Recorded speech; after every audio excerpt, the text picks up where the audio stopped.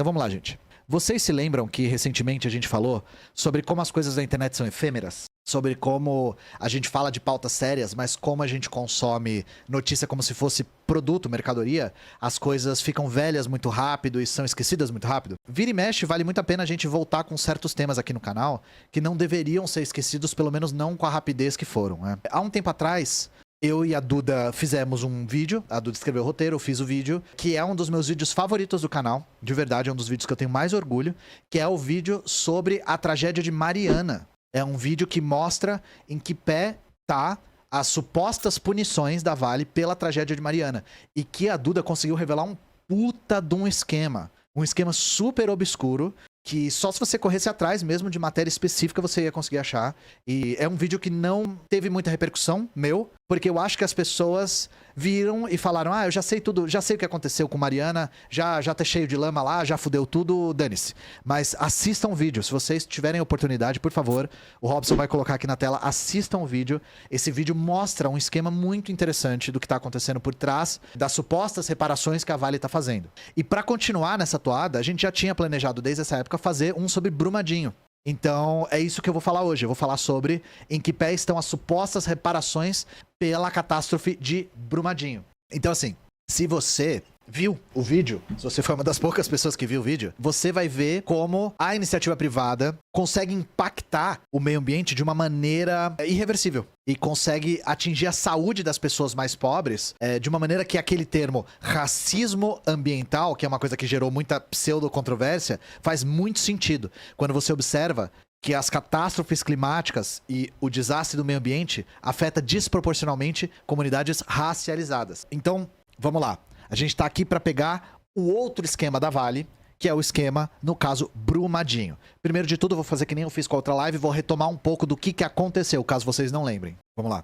4 anos da tragédia em Brumadinho, 270 mortes, 3 desaparecidos e nenhuma punição. A barragem da mina de Córrego do Feijão, da Vale, rompeu no dia 25 de janeiro de 2019. Entenda a situação atual em relação às buscas pelas vítimas, a reparação de danos e a responsabilização dos envolvidos. Bom, matéria de 2023, quando a catástrofe completava 4 anos. Então, retomando, 270 mortes, 3 desaparecidos e 13 milhões de metros cúbicos de rejeitos de mineração destruindo a bacia do rio Paraopeba. E ninguém foi responsabilizado por esse crime que era evitável. Evitável. Por isso que é muito delicado a gente chamar isso aqui de tragédia. Isso aqui foi um crime. Se vocês quiserem ser precisos, é crime. Em 2023, a Justiça Federal aceitou a denúncia do MPF contra 16 pessoas e as empresas Vale e uma empresa chamada Tuvisud, pelo rompimento da barragem do Córrego do Feijão. O que as investigações concluíram?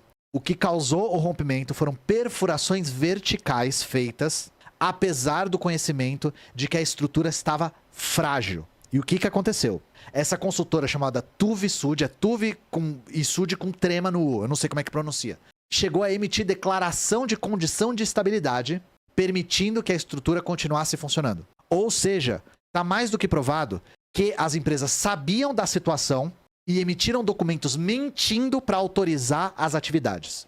Foi isso que aconteceu. As empresas emitiram documentos mentindo sobre a situação da barragem e mantiveram as operações sabendo dos riscos. E aí, para vocês entenderem a dimensão e a consequência disso, vamos dar uma olhada em outra matéria. Limpeza de rio contaminado em tragédia de Brumadinho pode levar até 741 anos. Então, tem coisas, gente, que o dinheiro não compra. O dinheiro não consegue comprar a morte de um rio, não importa quanto dinheiro seja.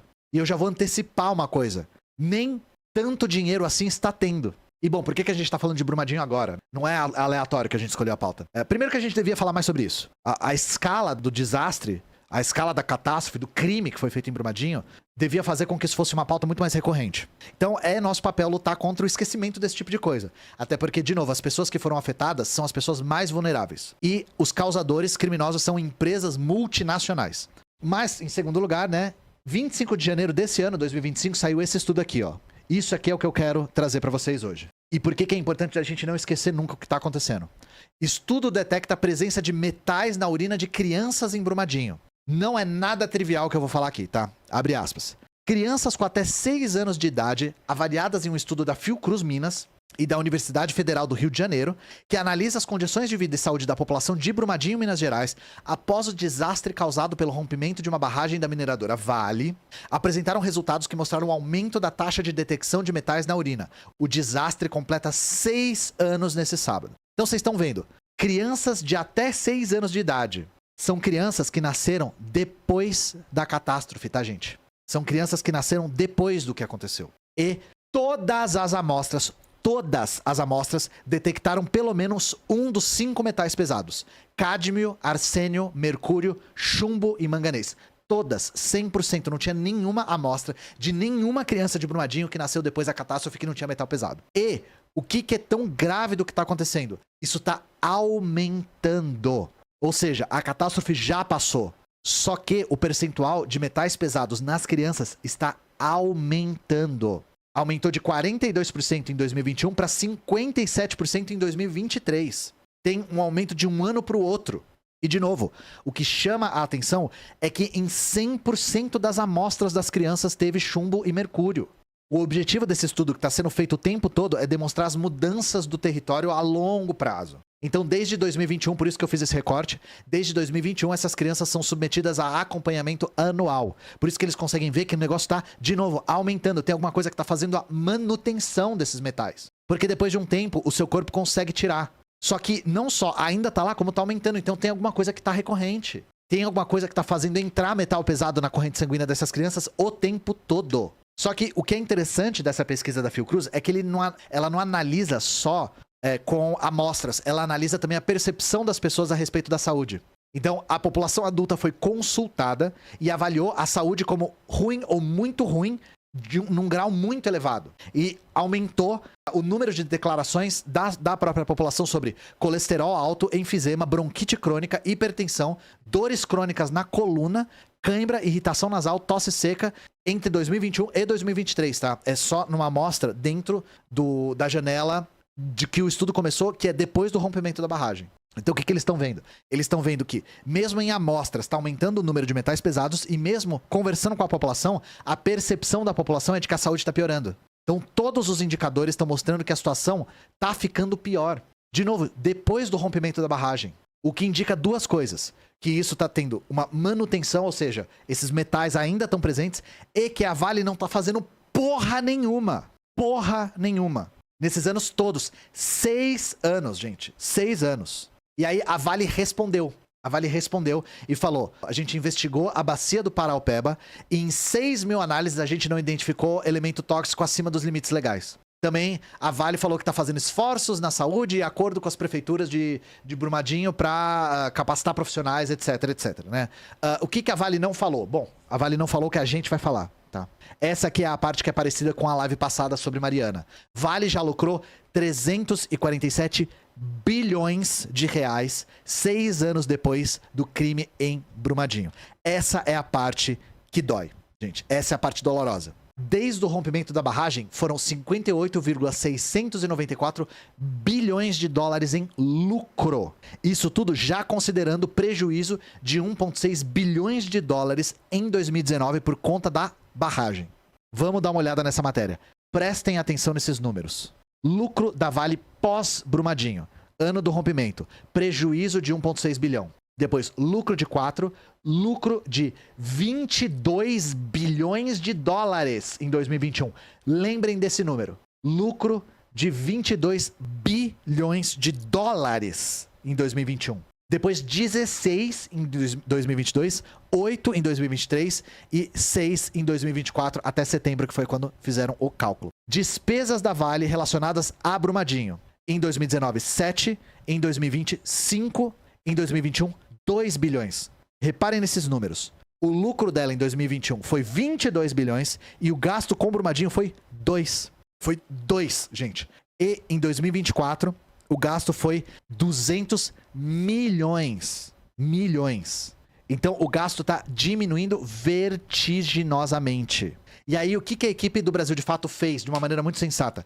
Questionou a Vale a respeito de qual que é o critério para determinar esse tipo de coisa. Como é que diabos eles falam, a gente vai gastar X nisso? E a Vale respondeu. Ela falou, o gasto já alcançou 75% do valor que foi acordado, que era o de 37,7 bilhões em reparações. E isso em reais. Tudo que eu falei de lucro aqui é dólar. É dólar. Então, números finais aqui. Nesse período todo foram 58,694 bi dólares de lucro e 6 em reparações. E aí, lembra que eu falei para vocês guardarem em 2021? Esse número, eu sei que a gente fala muito bilhão isso, milhão aquilo, mas esse número de 2021 é muito importante. Por quê? Vale registra maior lucro da história do Brasil, de 121 bilhões. Esse aqui foi o recorde, aqui ó.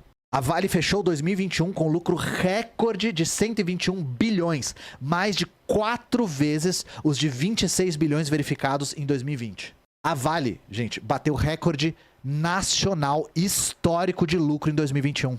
E nesse mesmo ano, os investimentos em reparação de Brumadinho estavam caindo. Abre aspas aqui para a matéria. Segundo a mineradora, o desempenho de 2021 foi impulsionado pelo aumento de 46,5% no preço de referência do minério, com 62% de teor de ferro e por maiores vendas durante o ano, que teve cotações recordes no mercado internacional. Eu não sei se vocês lembram, mas 2021 foi o auge da pandemia. Foi o auge da pandemia. Foi 4 vezes maior do que o ano anterior.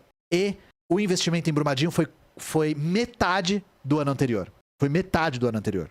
E aí, com essas proporções, gente, aqui, ó, com essas proporções, a Vale sempre lança nota falando que tá fazendo muito. E aí, muitos de vocês aí no chat já cantaram essa bola. Dá uma olhada nessa matéria aqui. Fundos verdes do BNDES emprestaram 1,8 bi para empresas multadas pelo IBAMA.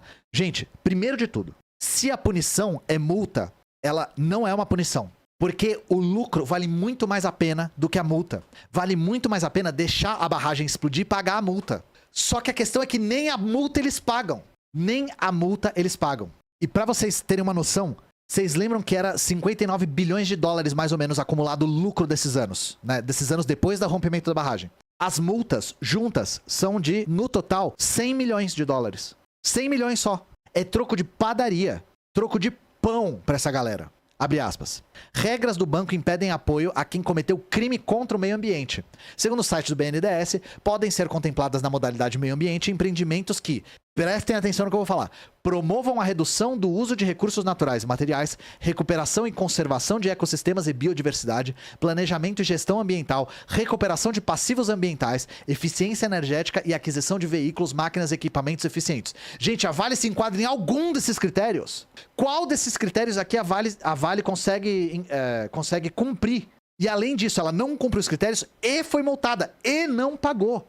E recebe financiamento do BNDES. E aí a gente fala que o Estado é aparelhado pela alta burguesia e os ANCAPs acham que a gente está delirando. Os ANCAPs acham que o Estado está em oposição à burguesia.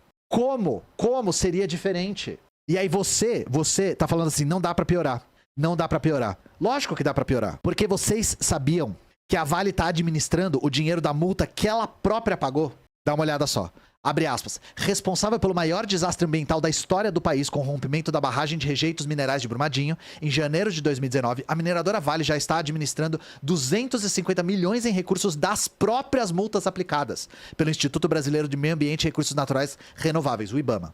Peguem o esquema, abre aspas de novo. Pelos termos assinados entre as partes, a mineradora vai apresentar e executar os projetos a serem financiados com o valor das multas, que devem incluir melhorias na infraestrutura de 7 parques nacionais localizados em Minas Gerais em programas de saneamento, manejo de resíduos e áreas verdes urbanas em municípios do estado. Não há obrigatoriedade de aplicação dos recursos em projetos relacionados à região atingida pelo rompimento da barragem.